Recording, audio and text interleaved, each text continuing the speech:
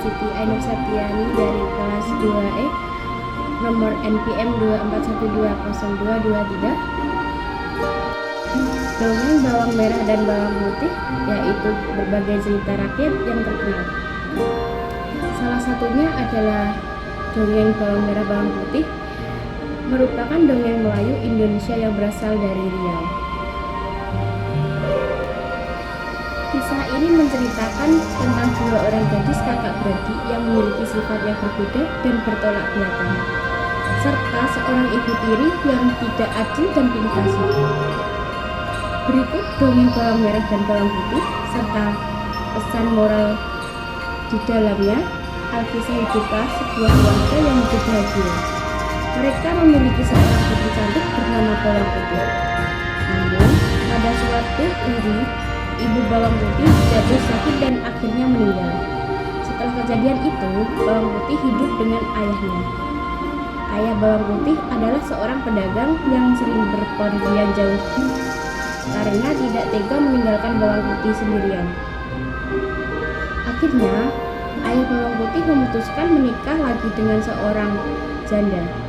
Janda tersebut memiliki satu anak yang diberi nama Bawang Merah. Mulai sekarang, kau akan memiliki ibu dan kakak tiri untukmu. Namanya Bawang Merah, ucap sang ayah. Bawang Putih pun bahagia karena memiliki keluarga baru. Ibu tiri dan Bawang Merah bersikap sangat manis padanya. Namun, ternyata kebaikan itu hanya sesaat. Mereka bersikap baik pada Bawang Putih hanya ketika ayahnya ada bersamanya. Akan tetapi, ketika ayahnya pergi berdagang, mereka menyuruh Bawang Putih mengerjakan segala pekerjaan rumah, seperti seorang pembantu. Kemalangan Bawang Putih belum berhenti sampai di situ. Selang beberapa waktu, ayah Bawang Putih juga jatuh sakit dan akhirnya meninggal dunia. Sang ibu tiri dan Bawang Merah pun bersikap semakin jahat pada Bawang Putih. Sekarang, semua pekerjaan rumah kamu kerjakan setiap hari, kata ibu tirinya setelah sang ayah. Waktu beristirahat Bawang Putih juga semakin terbatas. Tiap hari dia harus melayani semua kebutuhan Bawang Merah dan ibu tirinya. Sampai pada suatu pagi, ketika Bawang Putih mencuci di sungai, tanpa disadari salah satu selendang kesayangan Bawang Merah hanyut. Kakak, maaf, selendangnya hanyut di sungai, tutur Bawang Putih. Bawang Merah pun memarahi Bawang Putih. Dia menyuruh Bawang Putih mencari selendang itu dan pulang sebelum menemukannya. Akhirnya, Bawang Putih menyusuri sungai untuk mencari selendang itu. Hingga larut malam, selendang itu belum juga ditemukan. Ketika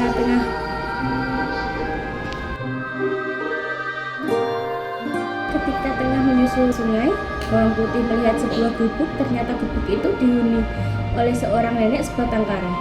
Bawang Putih akhirnya meminta izin untuk menginap semalam. Nenek itu cukup baik hati. Dia mempersilahkan Bawang Putih untuk menginap.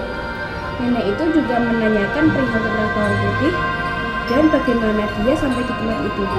Bawang Putih pun menceritakan nasib yang dialaminya hingga nenek yang mendengar itu merasa iba. Ternyata selendang yang dicari Bawang Putih ditemukan oleh si nenek. Tapi nenek itu hanya mau menyerahkan selendang itu dengan syarat Bawang Putih harus menemaninya selama seminggu. Bawang Putih menerima tawaran itu dengan senang hati. Waktu seminggu pun berlalu dan kini waktunya Bawang Putih untuk pulang. Rupanya selama tinggal bersama nenek, Bawang Putih sangat rajin. Lalu nenek itu memberikan selendang yang dulu dia temukan dan memberi hadiah pada Bawang Putih. Dia suruh memilih di antara dua buah labu dan dia bawa. Awalnya Bawang Putih ingin menolaknya, namun karena ingin menghormati pemberian, Bawang Putih akhirnya memilih labu yang kecil dengan alasan takut tak kuat membawanya. Nenek itu hanya tersenyum mendengar alasan itu. Setelah itu, Bawang Putih pun segera pulang dan menyerahkan selendang itu pada Bawang Merah. Selanjutnya, dia segera terbantu untuk membawa labu dan memasaknya. Namun, betapa terkejutnya dia karena ketika sang labu itu dibelah, ternyata labu itu berisi emas permata yang sangat banyak. Secara tak sengaja, ibu tiri bawang putih melihatnya dan langsung merampas semua emas itu. Bukan hanya itu, dia juga memaksa bawang putih untuk menceritakan dari mana dia mendapatkan labu ajaib itu. Mendengar cerita bawang putih, muncul niat jahat di benak ibu tiri yang serakah itu. Esok paginya, dia menyuruh bawang merah untuk melakukan hal yang sama seperti yang dilakukan bawang putih. Dia berharap akan bisa membawa pulang labu yang kecil besar. Singkat cerita, bawang merah yang malas itu tiba di gubuk nenek, dan dia pun tinggal di sana selama seminggu.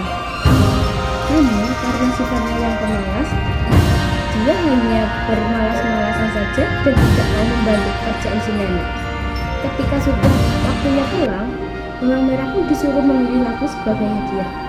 Tanpa pikir panjang, dia langsung mengambil labu yang besar dan segera berlari pulang, tanpa mengucapkan terima kasih kepada nenek itu. Setelah tiba di rumah, ibunya sangat senang melihat anaknya membawa labu yang sangat besar. Dia berpikir pasti emas di dalamnya cukup banyak, karena tak ingin diketahui oleh bawang putih dan takut jika bawang putih minta bagian. Mereka menyuruh bawang putih mencuci di sungai. Setelah itu mereka masuk kamar dan menguncinya dengan rapat. Mereka segera membelah labu itu, namun di luar dugaan, bukan emas yang ada di dalamnya, melainkan labu itu dipenuhi ular, kalajengking, kelabang, dan berbagai hewan berbisa. Hewan-hewan itu lalu keluar dari labu yang menggigit bawang merah dan ibunya yang serakah tersebut.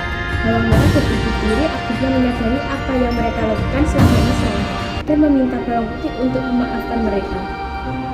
Pesan moral yang bisa diambil cerita rakyat ini bahwa orang yang berbuat jahat dengan serakah akan mendapatkan ganjaran yang setimpal.